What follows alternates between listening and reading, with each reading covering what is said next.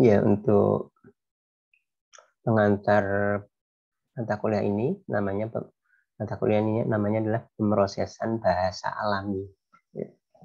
Bahasa alami atau bahasa manusia ya, natural language, bahasa manusia atau human language sebenarnya kalau mau eksplisitnya ya. Jadi karena secara sejarah adalah seperti ini, bahasa alami. Nah, di sini kita lihat ya, tidak begitu penting ya, tapi ini apa, dari kodenya kita lihat ini tidak ada 4 dan ada 3, di mana 4 itu maksudnya adalah tahun keempat atau karena ini ada mata kuliah pilihan dianggap sebagai tahun keempat dan 3 SKS.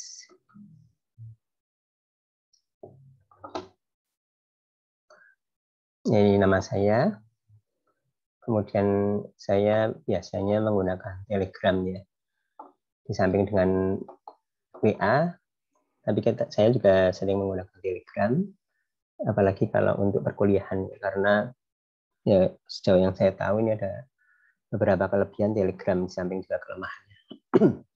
Kalau kelebihannya yang sejauh yang saya tahu adalah misalnya ini bisa, kalau nggak perlu bisa di-delete ya, di-delete tanpa nggak kelihatan bersih gitu ya. Jadi kalau grup, jadi kalau yang nggak perlu katakanlah gitu bisa di-delete, bersihin, dan juga bisa diedit. Kalau belum lama bisa diedit postingnya. Kemudian juga kalau kita ngirim file itu tidak expired ya, berbeda dengan mungkin Line atau WA.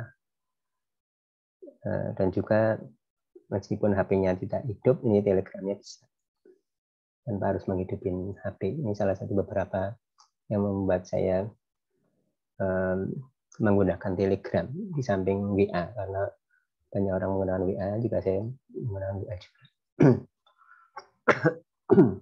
Ini adalah program learning outcome. Ya, bahasa Indonesianya adalah capaian pembelajaran. Capaian pembelajaran program.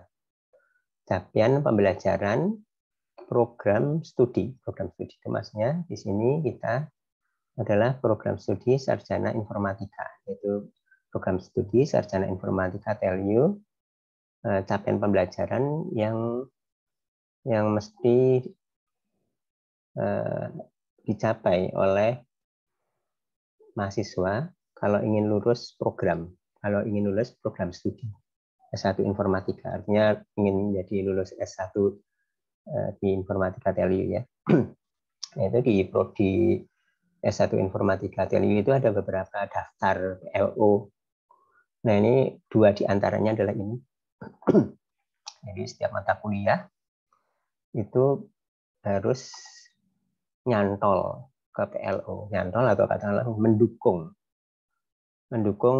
PLO mana, capaian pembelajaran untuk prodi mana yang harus didukung oleh mata kuliah tersebut, sehingga yang PLO 1, PLO 2 sampai katakanlah sampai 15 semua didukung oleh mata kuliah dengan katakanlah dengan baik, semua didukung dengan baik. Nah, ini mata kuliah kita ini sekarang ini, mata kuliah pemrosesan bahasa alami ini mendukung 2 di antaranya, 2 PLO yang oleh prodi S1 informatika itu dinomorin PLO yang nomor 5 dan PLO yang nomor 11 ya. Di mana PLO nomor 5 di prodi S1 informatika itu disebutkan yaitu mampu menerapkan metode computing dalam pengembangan sistem cerdas. Kemudian yang PLO 11 yang di mata kuliah ini kita ikut dukung, yaitu mampu menerapkan metode dan teknologi terkini untuk mendesain dan melaksanakan eksperimen dalam bidang computing baik di laboratorium maupun di lapangan dan menganalisis hasilnya.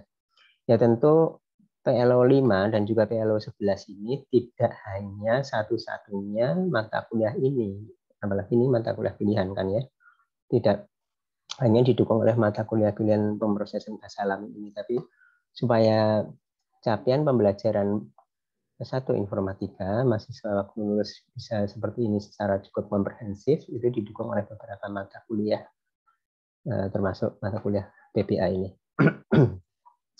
Nah, kemudian ada capaian pembelajaran yang lebih spesifik lagi, yaitu capaian pembelajaran course, capaian pembelajaran mata kuliah. Mata kuliah kita ini, capaian pembelajarannya apa? Nah, ini capaian pembelajaran di sini ada dua, kita definisikan. Nah, itu yang pertama adalah tentang konsep dasar dari NLP. Konsep dasar dan metode dari NLP, yaitu mampu paham ya, memahami, dan juga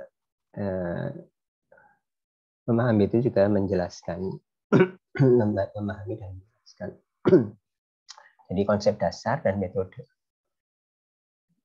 Konsep dasar dan metode NLP dari yang paling ini ya, paling awal misalkan NLP. Konsep dasar NLP secara umum. NLP itu apa? Konsep dasar itu NLP itu apa? Jadi pertanyaan apa? Mengapa? Nah, kemudian di sini metode itu adalah proses bagaimana. Bagaimana NLP itu natural language processing. Pemrosesan bahasa alami. Pemrosesannya bagaimana? Ya, supaya misalkan NLP itu misalkan salah satu contohnya dia di sini menghasilkan misalkan bahasa alami.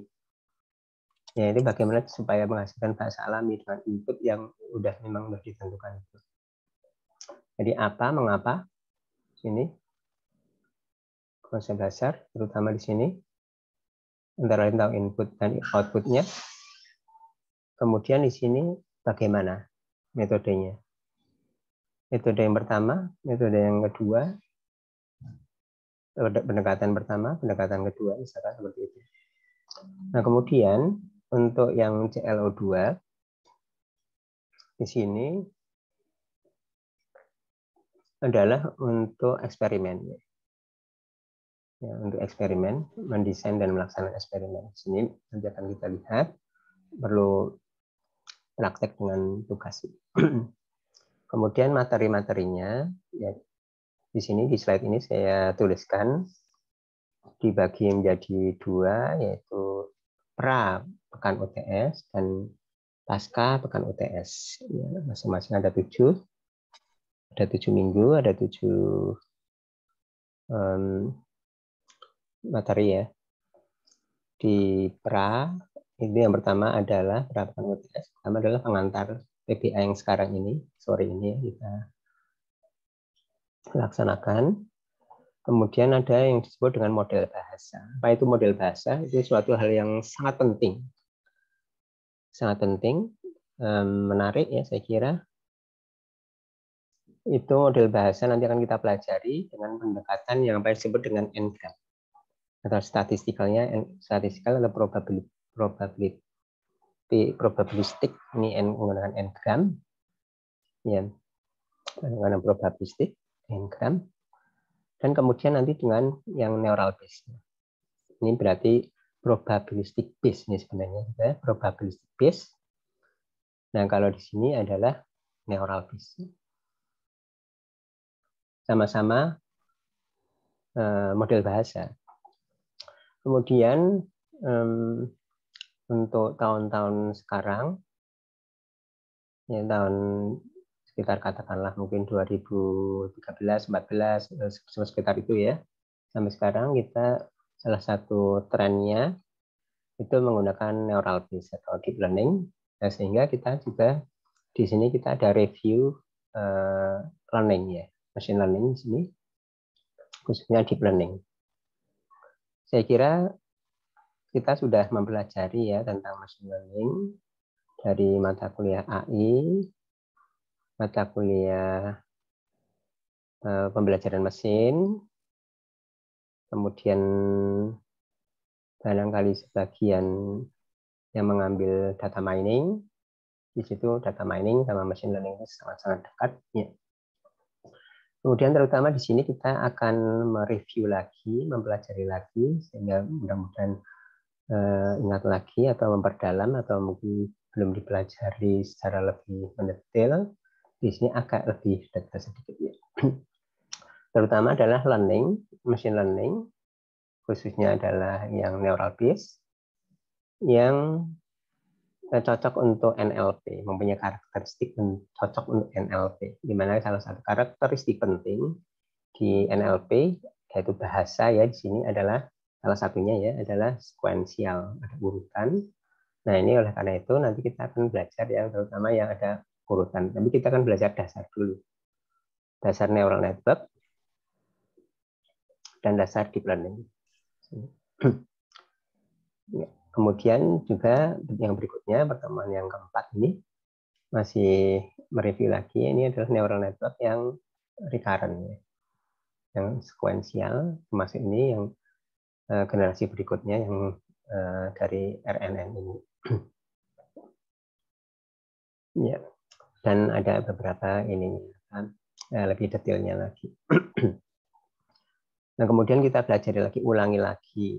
Language model kita udah paham, kita udah pelajari di yang kedua ini. Ya, di pertemuan kedua ini model bahasa, kita ulangi lagi model bahasa yang sama, tapi menggunakan pendekatan neural base. Ya, kita akan lihat kelebihan kelemahan neural base, terutama akan kita lihat adalah kelebihan yang lebih terlihat adalah kelebihannya.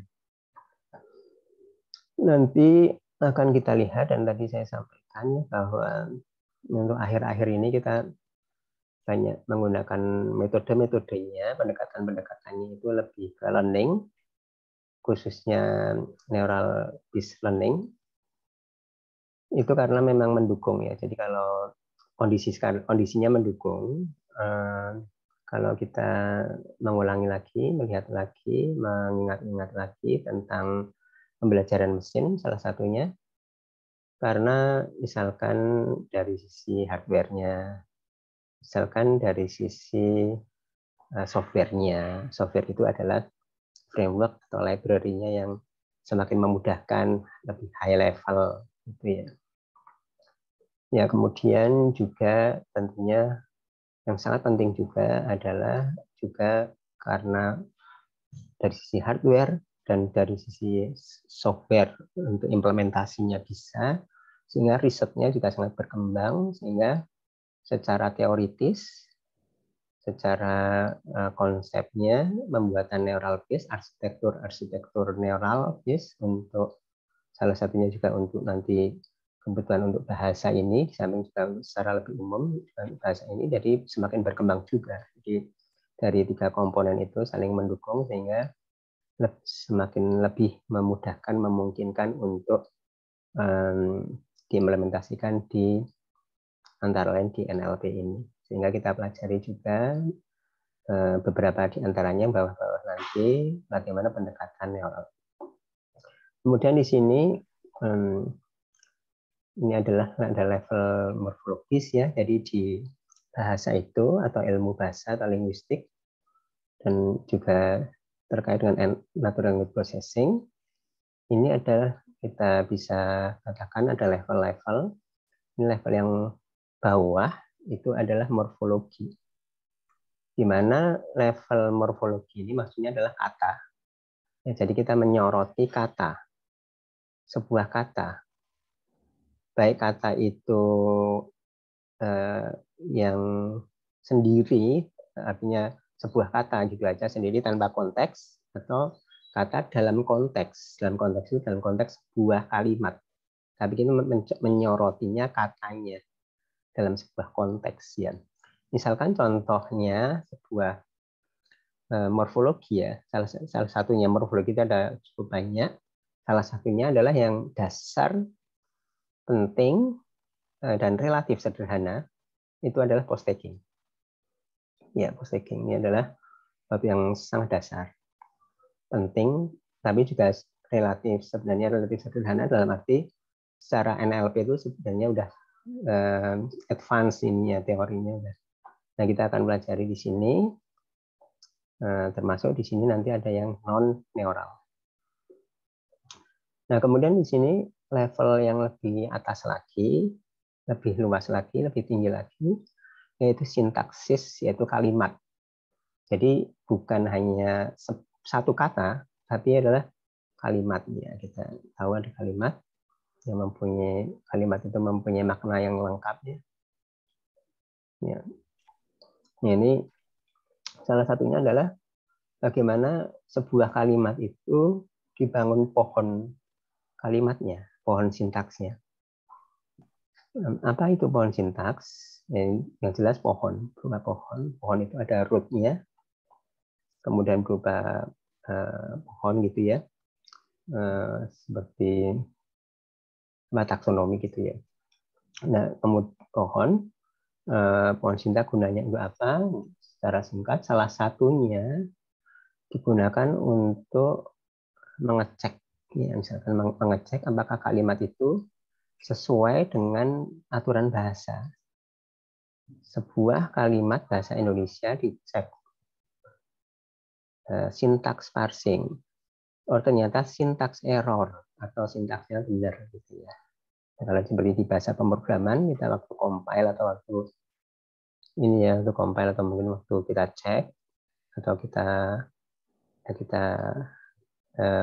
mengecek ininya apa kebenaran kalimat itu apakah sesuai dengan tata bahasa Indonesia. Nanti kita cek yang secara tersembunyi, maksudnya kita nggak tahu kalau itu sebenarnya membangun pohon sintaks ya. Kalau pohon sintaksnya berhasil dibangun, artinya ya dia sesuai dengan grammar, ya, grammar bahasa Indonesia misalkan. Tapi kalau tidak berhasil membangun pohon, berarti ini sintaks error. Yang kalimat yang input kalimat yang kita sedang cek itu. Ini pohon sintaks itu ada salah satunya adalah yang disebut dengan konstituensi. Konstituensi atau frase. Ya, jadi dipecah-pecah menjadi frase-frase, kemudian ditumbuk-tumbuk menjadi pohon. Ini salah satu gunanya dan pohon sintaks itu, dan juga yang lain untuk misalkan ya membangun frase itu sendiri, kan ini membangun frase atau konstituensi, atau juga nanti untuk melihat maknanya ya, melihat makna itu seperti ini misalkan buku sejarah baru. Nah, kalau buku sejarah baru ya kalau diucapkan secara lisan itu kan ada lihat jelas ya, buku sejarah baru. Jadi sejarah baru itu adalah frase. Kemudian buku tentang sejarah baru. Kemudian buku sejarah baru. Yang baru adalah bukunya. Kalau yang buku sejarah baru. Nah, tetapi kalau di ini secara teks tertulis itu kan buku spasi sejarah spasi baru. Ya, tidak ada spasinya yang panjang atau spasinya yang pendek. Sehingga untuk mengetahui yang barunya itu sejarahnya atau bukunya, ya dua-duanya bisa dua pohon yang berbeda. Bisa sebuah kalimat sederhana tadi, buku sejarah baru, bisa menghasilkan dua pohon yang berbeda. Nah, yang dimaksud nanti mungkin apakah yang pertama atau yang kedua. Mungkin yang lebih pantas yang pertama kedua. Kalau dalam hal contoh ini mungkin dua-duanya pantas. Tapi kalau dalam contoh yang lain itu ada yang satu yang lebih pantas, yang tidak pantas. Baik itu dilihat hanya dalam kalimat itu maupun dilihat konteks secara keseluruhan di tulisan. Ini adalah yang materi-materi yang pekan UTS ya. Kemudian yang pasca pekan UTS ini masih kita melanjutkan masih level sintaksis ya. Kemudian ya masih pohon sintaks sama.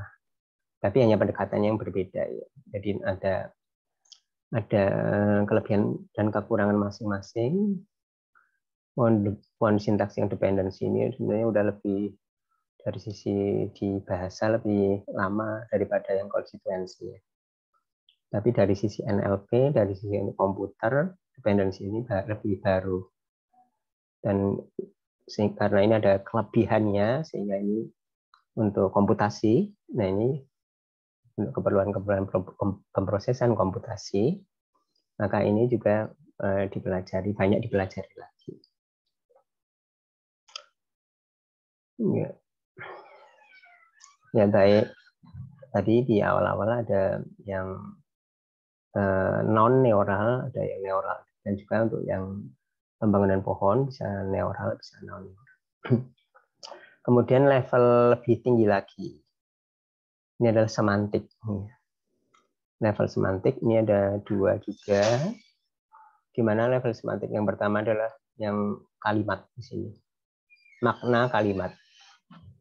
Bagaimana makna kalimat itu direpresentasikan dalam sebuah representasi logical ya, representasi logical. Saya kira ada BNF ya yang kita pelajari di TBA, teori bahasa otomata antara lain, di mana teori bahasa otomata di sini ada bahasa juga ya, tapi itu terutama tidak mempelajari atau digunakan untuk bahasa manusia, karena bahasa manusia itu relatif ini ya, relatif fleksibel, jadi kombinasinya lebih banyak, sehingga aturan-aturannya juga jauh lebih kompleks ya, tidak mudah menyalahkan meskipun grammarnya juga, apalagi ini semantiknya ya. Nah di sini bagaimana semantik sebuah kalimat, makna sebuah kalimat itu direpresentasikan dengan representasi logik ya. Jadi misalkan contohnya untuk kalimat yang mempunyai makna yang sama atau katakanlah mirip, yang parafrase misalkan ya, parafrase sebuah kalimat kemudian diparafrase. Nah itu kalimat dan yang diparafrase itu mempunyai makna yang sama, logical representasinya sama. Ya. Parafrase itu salah satu contoh sederhananya adalah kalimat pasif dibuat kalimat negatif, aktif diubah menjadi kalimat pasif gitu misalkan. Ya, gitu. Itu logical representasinya sama. Jadi bahkan juga misalkan bahasa yang berbeda, makna yang sama, logical representasinya sama. Karena di sini bebas bahasa, ya, dan di sini tidak ada aturan-aturan bahasa aktivasi dan lain-lain. Kemudian yang berikutnya adalah level semantik. Ini adalah level kata, di mana kita pelajari ada pengertian kata, ada juga apa yang disebut dengan sebuah bentuk atau sebuah struktur atau ya sebuah thesaurus sederhana. Itu disebut dengan word net ya, mungkin singkatannya dari word network ya. Atau juga nanti kita pelajari word embeddings. Ya, untuk NLP secara umumnya ya, itu kita memang biasanya tatarannya itu adalah semantik ya. Kalau yang untuk manusia, penggunaan manusia ya, seperti misalkan klasifikasi, itu kan secara semantik sebenarnya, seperti misalkan email spam filtering. Apakah email ini spam atau email ini bukan spam, itu kan secara kontennya, bukan secara literal tulisannya, tekstualnya, tapi secara kontennya. Demikian juga kita ingin misalkan mengklasifikasikan berita, ya berita itu berita olahraga atau berita pendidikan atau yang lain-lain, itu juga secara kontennya, secara semantiknya kan ya. Jadi ini penting untuk kita pelajari, terutama yang penting itu sebenarnya yang bawah, yang level kata yang lebih banyak kita jumpai. Kalau yang atas ini jauh lebih jarang. Ini yang sangat hampir selalu sekarang, yang level kata ini hampir selalu kita gunakan. Ya, ya. Contohnya di sini kalau yang level kata, balik lagi di sini ya, level kata secara semantik. Misalnya level semantik itu adalah bagaimana kata-kata itu, kalau kata yang dekat itu komputer mestinya tahu bahwa itu adalah dekat. Ya, di representasinya bagaimana? Jadi misalkan antara laptop dengan komputer, laptop dan komputer memang berbeda, tapi dia sebenarnya dekat. Bagaimana komputer tahu bahwa laptop yang ditulis LAPTOP dengan komputer KOMPUTER itu dekat ya ininya secara maknanya. Ya, bagaimana supaya tahu itu? Yaitu bagaimana direpresentasikan. Nah, representasinya kan salah satunya menggunakan WordNet. WordNet ini dibangun oleh orang yang khususnya kemudian juga orang yang tahu bahasa gitu ya, yang tahu tentang inilah apa, tentang bahwa ini dekat atau ini nggak dekat gitu ya. Jadi secara manual. Ya. Ya, jadi paling tidak perlu verifikasi manual. Nah, kemudian juga bagaimana di akhir-akhir ini kita jangan menggunakan manual gini, guys. Terlalu menyulitkan, oleh karena itu dibuat yang otomatisnya. Ya. Jadi antara laptop dengan komputer dekat. Laptop lebih dekat dengan komputer daripada laptop dengan misalkan dengan air, misalkan gitu. Meskipun secara penulisan hampir sama, tapi kalau secara maknanya jauh, ya representasinya harusnya jauh. Ya, misalkan antara toko dengan tono misalkan, itu kan jauh sebenarnya meskipun representasi penulisannya TONO, TOKO, ya itu sebenarnya jauh. Ya, kalau toko misalkan lebih dekat dengan misalkan pasar misalkan meskipun penulisannya jauh tapi itu dari sisi representasi makna harusnya dekat. Ya, kemudian ini adalah klasifikasi teks. Klasifikasi ini dipelajari saya kira sejak di artificial intelligence ya, artificial intelligence bagian learning. Di learning itu dipelajari salah satu yang sangat penting atau bahkan mungkin paling penting itu adalah klasifikasi. Demikian juga di pembelajaran mesin. Demikian juga mungkin yang ambil data mining, mata kuliah pilihan. Ya, ini klasifikasi sangat penting. Klasifikasi sangat penting meskipun judulnya mungkin bukan klasifikasi. Ada misalkan tadi filtering, spam email filtering, bukan spam email classification.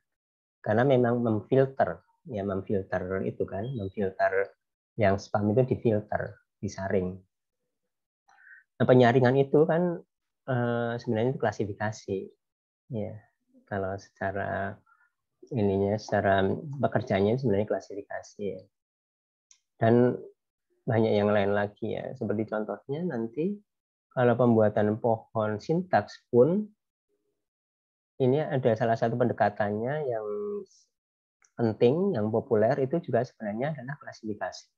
Nanti di dalamnya salah satu inti prosesnya itu adalah klasifikasi. Dan banyak yang lain sebenarnya adalah klasifikasi. Seperti misalkan ini juga tadi.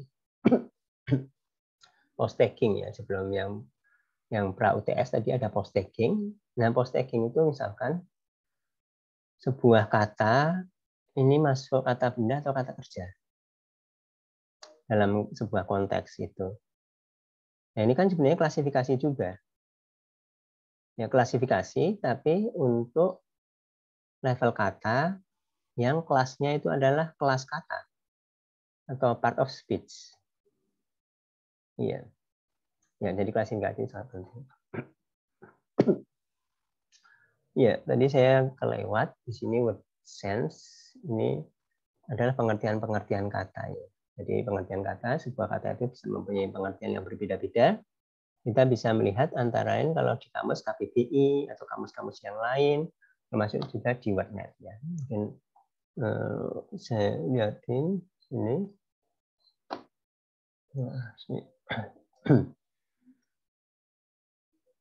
Dari KBBI dulu ya. Dari Kamus Besar Bahasa Indonesia.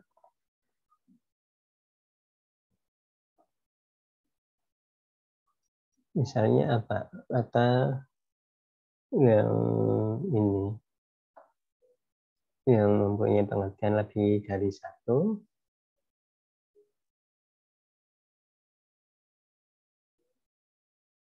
Saya coba cariin.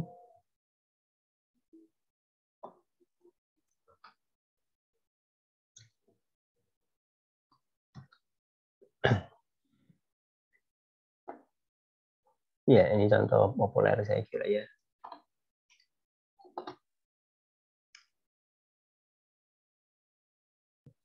Ini contoh populer.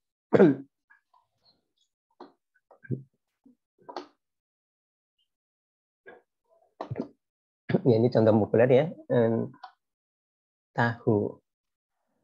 Nah, tahu itu mempunyai pengertian besar dua. Pertama adalah mengerti. Dan lain-lain, kenal. Kemudian yang kedua adalah makanan. Ya. Kemudian contoh dalam bahasa Inggris itu adalah tadi word net. Ya.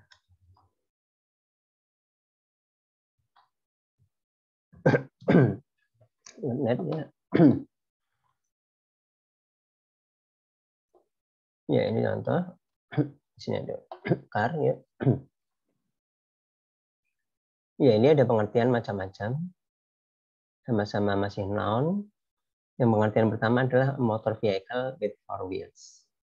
Pengertian kedua adalah wheels vehicle adapted to the rails of railroad. Jadi kalau di kita semacam sini gerbong, misalkan gitu ya, gerbong kereta. Nah, contoh yang lain mungkin apa ya?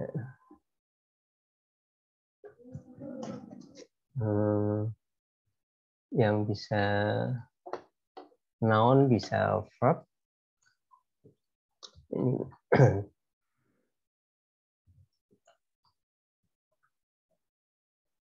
Ya, ini interest itu bisa ada noun, bisa verb. Ya, jadi pengertian-pengertian kata seperti itu ya. Ini word sense. Dari klasifikasi udah, kemudian mesin penerjemah. Nah, mesin penerjemah ini saya kira salah satu aplikasi yang untuk saat-saat ini sangat vital ya bagi banyak orang, termasuk kita, apalagi di akademisi, di akademik. Dan udah semakin berkembang, dan insya Allah nanti akan kita pelajari ya di sini. Ini sebagai contoh penting untuk bagaimana mulai muncul dan terlihat jelas kontribusi deep learning nanti untuk NLP, yaitu dengan di mesin penerjemah ini. Kemudian kita akan pelajari lagi adalah sistem tanya jawab, di mana sistem tanya jawab ini adalah ada pertanyaan, kemudian nanti ada jawabannya. Ada sistem tanya jawab itu ada macam-macam ya jenisnya, nanti insya Allah saya akan pelajari.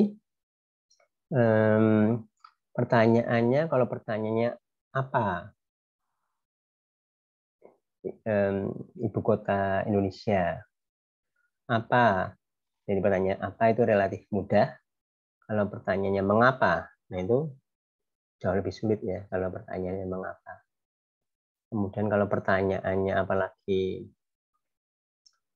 ini ya, pertanyaannya apalagi carilah maunya di internet gitu ya, tidak disediakan resource-nya gitu. Nah, kita akan pelajari bentuk yang sederhananya, bentuk yang secara umumnya, secara singkat, dan yang terutama yang bentuk yang lebih sederhananya.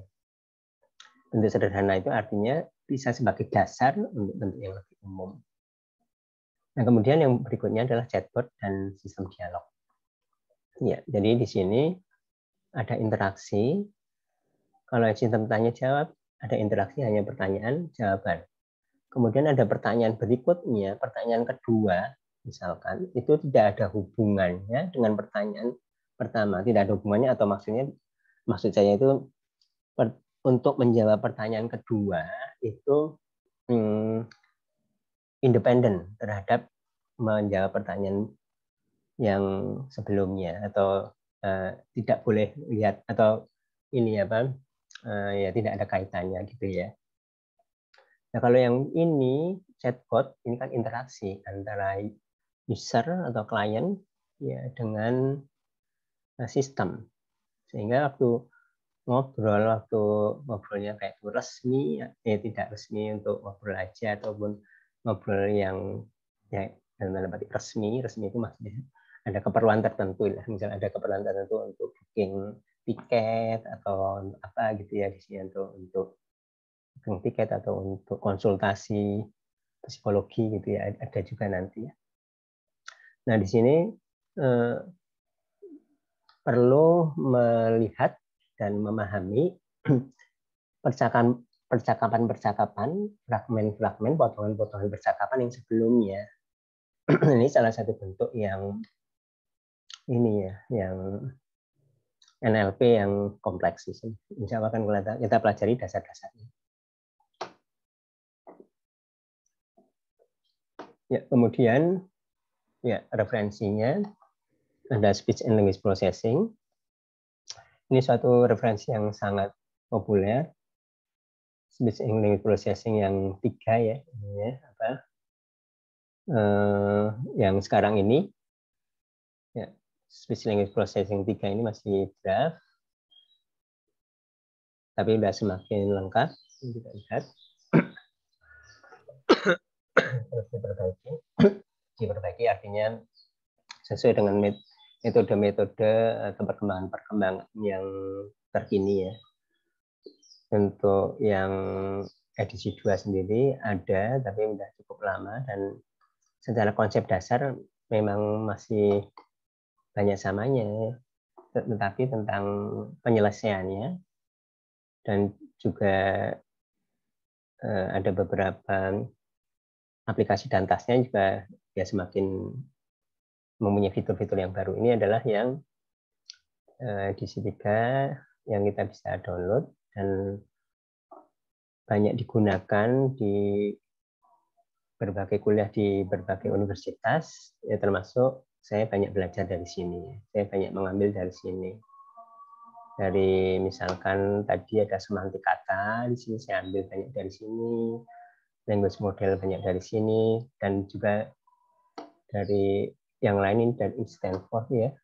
Ini Stanford dan juga ada mata kuliah di Stanford lain yang saya ambil. Nah, ini machine translation banyak di sini.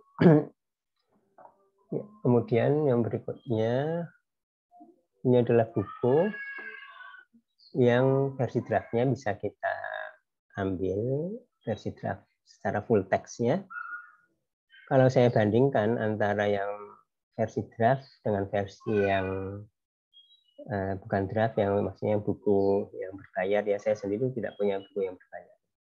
Tapi dari sisi jumlah halamannya, dari sisi daftar isinya itu sangat mirip, sehingga ya saya menduga itu yang draft itu hampir sama-sama yang versi yang finalnya, yang berbayarnya. Kalau itu kita bisa baca-baca ini juga. Kemudian yang berikutnya adalah buku ini ya, library NLP ya, Natural Language Toolkit book ya, library Python ya untuk NLP. Ini kita bisa baca juga. Di samping ini tidak hanya menerangkan tentang NLTK saja, tapi juga ada konsep-konsepnya. Di samping juga ada kemudian ada menggunakan prakteknya. Ya, untuk penilaian ini ada 2 CLO tadi pada prinsipnya. Yang pertama adalah pemahaman konsep dan metode ya, konsep dan metode. Kemudian yang CLO kedua ini adalah implementasi eksperimen, di mana di sini ada kuis dan ada tugas, di mana kuisnya itu individual dan tugasnya itu semester lalu itu adalah kelompok 2 orang. Nah ini semester lalu seperti ini sudah saya ubah, tapi saya belum ubah di sini ya, ini 60%, 6 kali kuis, dan ini 2 kali tugas, ini jadi 40%, tidak 50%. Ya kuis 6 kali, tugas 2 kali, dikumpulkan UTS dan UAS. Lebih detailnya lagi nanti akan saya sampaikan waktu kita mendiskusikan RPS. Ini tidak ada UTS dan UAS untuk mata kuliah ini. Ini adalah untuk penilaian ya. Ini di sini ada quiz pertama. Ini tentang 4 yang pertama, tentang 2. Kemudian yang ketiga ini adalah yang 7 dan 8 ini, dan seterusnya. Jadi ada 6. Jadi rata-rata ada setiap kuis itu 2 topik. Ini ada 4 topik. Nah, kemudian diharapkan tidak ada tugas tambahan atau ujian tambahan, ya, karena kalau misalnya kalian ada kesulitan, termasuk mungkin kesulitan di luar kontrol kalian, seperti ada kesehatan dan lain-lain, ya bisa didiskusikan, bisa kontak saya secara private ya. Nanti saya berharap semuanya bisa sebaik-baiknya, bisa memahami, bisa lulus semua dengan sebaik-baiknya. Oleh karena itu, saya di sini nyatakan tidak ada tugas atau ujian tambahan. Kemudian ya saya berharap nanti waktu kuis atau tugas ya bisa dikerjakan dengan sebaik-baiknya. Ya tentunya kita banyak belajar mengambil dari tempat lain, tapi jangan copy paste atau parafrase yang jelas bagaimana gitu ya. Jadi secara random dicek dengan redaksi plagiat. Jadi biasanya batasnya itu adalah similarity index-nya 30%. Jadi kalau ada kesamaan-kesamaan sedikit itu biasanya wajar. Sedikit maksudnya threshold-nya biasanya 30%. Ya, saya kira seperti itu. Kemudian sebelum kita masuk ke materinya sendiri, ini tentang RPS-nya ya. Nah, RPS-nya. Ya. Oke. Ya, tadi beberapa sudah disampaikan di slide tadi. Ya, di sini RPS ini ya. Ini ada deskripsi mata kuliah, ada PLO, CLO, penilaian, pustaka, kemudian ada batas ambang lulusan ya C ya. Saya kira udah tahu karena ini mata kuliah tahun keempat dan semua mata kuliah pilihan itu batasnya C. Kemudian ini beberapa yang menarik di beberapa tempat, terutama di universitas yang bisa kita pelajari, dan saya juga banyak belajar dari sini, meskipun tentunya masih banyak yang lain yang belum saya cantumkan di sini. Kemudian ada silabus, ini saya kira materi-materinya sudah tadi disampaikan. Ya, kemudian diharapkan nanti ini saya tuliskan kecil di sini, setiap mahasiswa itu ada pertanyaan secara tertulis yang saya sediakan Google Form. Jadi diharapkan dengan ada pertanyaan-pertanyaan, maka diskusi akan berkembang. Ada beberapa hal yang sebenarnya penting, tapi belum kita diskusikan, belum saya sampaikan, mungkin juga saya kelewat atau saya lupa atau bahkan saya nggak tahu. Dengan ada pertanyaan, mungkin bahkan pertanyaan yang sederhana, atau kalian sepertinya menganggap sederhana, tapi itu sebenarnya bisa memicu ada menghasilkan ini diskusi yang menarik atau sesuatu yang mungkin memang terlupa atau terlewat belum disampaikan. Nah, kemudian kemudian diharapkan nanti banyak diskusi. Diskusinya ya terutama dengan pertanyaan tertulis. Tapi kalau kalian nanti di waktu pertemuan minggu depan dan berikutnya pertanyaan di samping tertulis sudah menyampaikan secara lisan, jika silahkan, atau melalui chat nanti di Zoom. Ya, kemudian ada resources pertemuan. Ini adalah resources ya, referensi berupa dari beberapa jenis. Ada terutama di sini ada slide dan video ya. di mana di sini ada yang saya tandain merah. Ini yang sangat direkomendasikan, terutama di sini adalah contohnya untuk pengantar NLP, ini adalah yang dari semester lalu dan semester lalunya lagi. Ya, kemudian ini beberapa yang menarik juga, banyak yang menarik, dan di luar ini tentunya sangat banyak yang menarik, sangat banyak yang sangat penting yang kalian bisa temukan. Ya, saya berharap kalian mempelajarinya, termasuk mempelajari sebelum pertemuan, meskipun mungkin beberapa ada skip-skip, misalkan video 1 jam mungkin ya dipercepat, kadang di skip-skip, jadi mungkin setengah jam atau bagaimana, tapi paling tidak dipelajari, kemudian nanti bisa dibuat pertanyaan, kemudian waktu ada pertemuan sinkronus itu bisa sebagai bahan untuk diskusi juga. Ini dari setiap pertemuan saya mencoba untuk membuat rekomendasi-rekomendasi yang diharapkan nanti rekomendasi ini, daftar rekomendasi ini kita terus perkaya ya. Kita perlu tambah yang tentunya kita pilih yang dirasa cukup cocok ya untuk ini.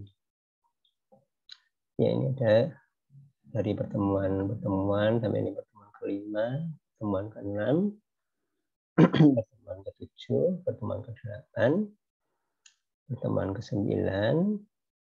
Ya, dan ini dari sudut pandang tadi ada dari yang machine learning, ada yang dari NLP, dari yang linguistik, ini linguistik ya, seperti ini linguistik. Ya. Tapi sangat terkait ya.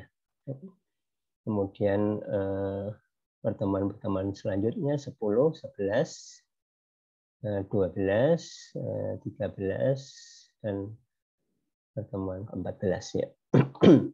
Kemudian ada asesmen di sini. Ini sama seperti tadi ya, asesmen. Kemudian ini ada, kita coba tambah yang lain-lain di sheet-sheet di RPS ini ya. Ada contoh coding dan lain-lain. Ya, saya kira mungkin seperti itu untuk pengantar perkuliahan.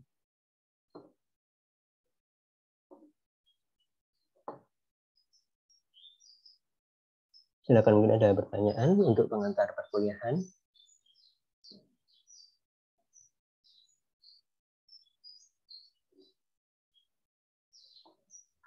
Kalau nggak ada, mungkin kita break dulu ya. Break dulu berapa menit untuk nanti untuk berikutnya saya berharap ini ya Pak, kalau yang sholat